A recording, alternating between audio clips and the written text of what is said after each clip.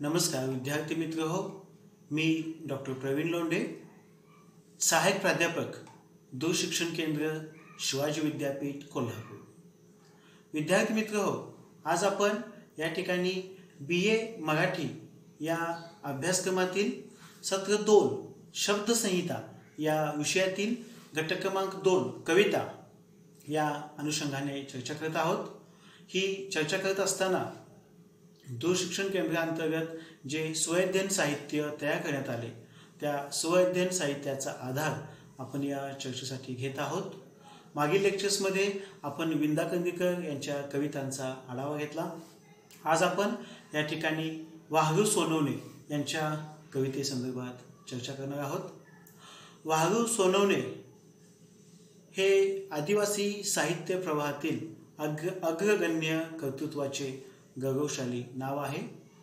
1990च्या दरम्यान साथी काळूराम दोधडे यांच्या बरोबर वाहरूंनी आदिवासीच्या आत्मसन्मानाची व आदिवासी अस्मितेची चळवळ संघटित करावयास सुरुवात केली।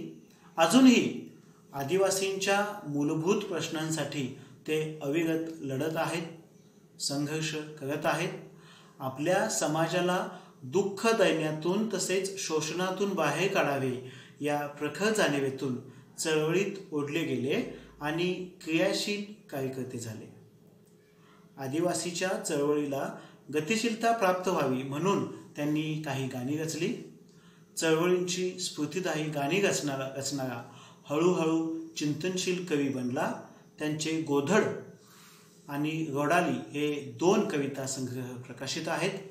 गोधड कविता संग्रहाचा हिंदी अनुवाद त्यांनी पहाड हिलने लगा आणि वाहरू सोनवणे यांच्या निवडक कविता या प्रकाशित झाल्या। कोल्हापूर येथे 2000 मध्ये झालेल्या विद्रोही साहित्य संमेलनाचे ते अध्यक्ष होते। याबरोबरच 5वे आदिवासी साहित्य संमेलन पालघर, परिवर्तन साहित्य संमेलन साकोली, 2रे नंदुरबार जिल्हा साहित्य शहादा आणि या संमेलनांचे अध्यक्षपद त्यांनी भूषवले आहे। तसेच विविध सामाजिक सांस्कृतिक घडामोडींवर ते सातत्यपूर्ण लेखन करताना दिसतात। त्यांच्या 2 कवितांचा गोधड आणि चळवळ म्हणजे या 2 कवितांचा अभ्यास आपल्याला या ठिकाणी करायचा आहे। सुरुवातीला आपण गोधड कविता पाहू। माझी फाटकी गोधड मळलेली गोधडीतल्या गोधडीत गुदमरत राहिली। माझी फाटकी गोधड मळलेली गोधडीतल्या गोधडीत गुदमरत राहिली। आंबट वासाने नाक खालीवर करून कुशीत बदलत राहिलो। आंबट वासाने नाक खालीवर करून कुशी बदलत राहिलो। गोधडीत नाक खुपसून आंबट वास सोसत राहिलो। याच गोधडीत पूर्वज विझत गेलेत, अश्रूंनी गोधड भिजत गेली आणि आंबट वास आठवण देत राहिला। पूर्वज दुःखांची आजच्या वारसदारांना माझी फाटकी गोधड मळलेली, माझी फाटकी गोधड मळलेली। ही वाहरू सोनवणे यांची गोधड ही कविता आपण पाहिली। या कवितेमध्ये वाहरू सोनवणे हे आदिवासी साहित्य प्रवाहातील महत्त्वाचे कवी आहेत।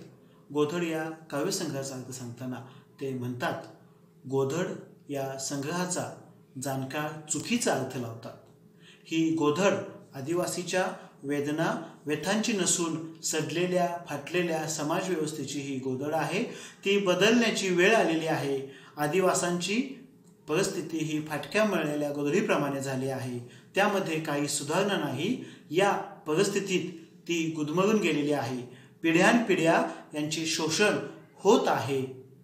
आदिवासींची ही दयनीय अवस्था पूर्वापार चालत आलेली आहे। फाटक्या मळक्या गोधडीवरून कवीने आदिवासींचे चित्रण उभे केले आहे। मानवी जीवनात गुदमरून टाकणारी गोधड आदिवासींच्या समस्या अचूकपणे टिपते आहे। गेली कित्येक पिढ्यांमध्ये ही व्यवस्था तशीच आहे। आता या व्यवस्थेत जीव खूपच गुदमरून जातोय, कारण ही व्यवस्था जीर्ण आणि मळकट झाली आहे। तिच्यातून कुबट आंबट वास येत आहे। ती आता बदलायला हवी। फाटकी गोधड आंबट वास अशा प्रतिमाही या कवितेत आलेल्या आहेत। भारतीय समाजातील शोषक व उपेक्षित घटकांची व्यथा वाळू सोनवणी गोधड या आपल्या कवितेतून सादर केलेली आहे. त्यानंतरची त्यांची दुसरी कविता ही चळवळ म्हणजे या कवितेत वाळू सोनवणी म्हणतात की चळवळ म्हणजे काही 2-5 दिवसांची जत्रा नव्हे की नदीला आलेला पूर नव्हे. चळवळ म्हणजे माणुसकीचा गाभा सतत विकसित होत जाणारा प्रवाह तो मातीच्या कणाकणातून पाझरतो, लहान मोठ्या जगांना जोडून सामावून घेतो. हा तो प्रवाह जो थांबत नाही दगड टाकून, अडवले अडत नाही वळणे घेत, खडक चट्ट्याने फोडत, असमानतेतून वाट काढत समतोल महासागराकडे गतिमान होत असतो. अरे भल्या माणसा तेवढाच त्याला ध्यास असतो. अरे भल्या माणसा तेवढाच त्याला ध्यास असतो. चळवळ म्हणजे या कवितेतून मानवी समाजाला गतिमान करणाऱ्या कृतिशील प्रवाहाचे चित्रण आलेले आहे. कवीला परिवर्तनाची आस आहे. तो स्वतः चळवळीतील कार्यकर्ता असल्याने आपल्या न्याय आणि हक्कासाठी कवी चळवळ उभी करतो. मात्र ही चळवळ म्हणजे जत्रा किंवा नदीला आलेला पूर नाही, तर सतत विकसित होत जाणारा हा प्रवाह आहे. म्हणजेच चळवळ ही माणुसकीच्या महत्त्वाचा गाभाभूत घटक आहे. माणुसकीसाठी आपली प्रतिष्ठा पणाला लावून चळवळींच्या मध्ये अनेक प्रकारचे विरोध आहेत. तरीही या विषमतेच्या व्यवस्थेमधून चळवळ विशाल महासागरासारखी वाट काढत असते. यासाठी आपल्या चळवळीच्या केंद्रस्थानी माणूस असायला हवा, हे कवी विशेषत्वाने इथे नोंद करतो. तर विद्यार्थी मित्र हो, या ठिकाणी आपण वाळू सोनवणे यांच्या गोधड आणि चळवळ म्हणजे या 2 कवितांचा अभ्यास पाहिला. पुढच्या लेक्चर्समध्ये आपण प्रज्ञा पवार यांच्या कवितांचा अभ्यास करणार आहोत. या संदर्भात आपणास काही शंका अथवा अडचणी असतील तर आपण दूरशिक्षण केंद्राच्या 0231 269 3771 किंवा 0231 269 3871 या क्रमांकावरती संपर्क साधून आपल्या शंकांचे व अडचणींचे निरसन करू शकता. धन्यवाद.